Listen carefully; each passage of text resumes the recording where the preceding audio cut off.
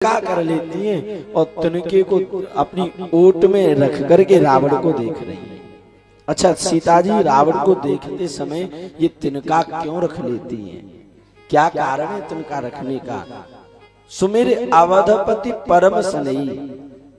जिस समय सीता जी का विवाह हुआ था उस समय राम जी और सीता जी जब वापस आए थे पानी ग्रहण करके, तब दशरथ जी के लिए एक बार सीता जी ने खीर बनाई थी। और जैसे खीर बनाई थी दशरथ जी के लिए, तो उस खीर में एक तिनका गिर गया था। अब सीता जी ने सोचा अगर इस तिनके को निकालूंगी नहीं और ऐसे ही परस दूंगी तो पिता दशरथ नाराज हो जाएंगे, और अगर इस तिनके को हाथ से निकालूंगी तो ये खीर खराब हो जाएगी। अब सीता जी सोच रही है इस तिनके का क्या करूं जो तिनका इस खीर में गिर गया है। तब महाराज वहां पर सीता जी ने उस तिनके को इतनी ज्यादा क्रोध भरी नजरों से देखा है कि वो तिनका उसी समय जल करके भस्म हो गया है। और ये चीज दशरथ जी ने देख ली। दशरथ जी ने देखा कि सीता ने तिनके की ओर देखा है तो वो तिनका जल करके भस्म हो गया है। और सीता जी चल करके आई, सीता जी ने भोजन दिया है। तब सीता जी से दशरथ जी ने कहा है, सीता भोजन तो बेटी लेकर के आई है, पर आज मुझे तू एक वचन दे दे।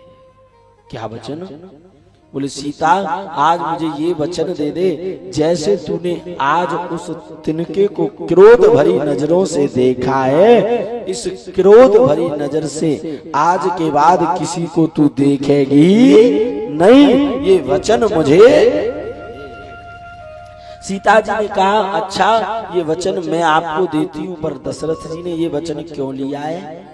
ये वचन दशरथ जी ने इसलिए लिया है कि सीता घर में रह रही है और घर में छोटी ऊंची नीची बात होती रहती है। अगर सीता को ऐसा ही क्रोध आ गया तो जैसे ये तिनका जल के भस्म हो गया है, ऐसे कोई घर के सदस्य की अनहोनी नहीं हो जाए, इसलिए सीता जी ने वचन ले लिया है।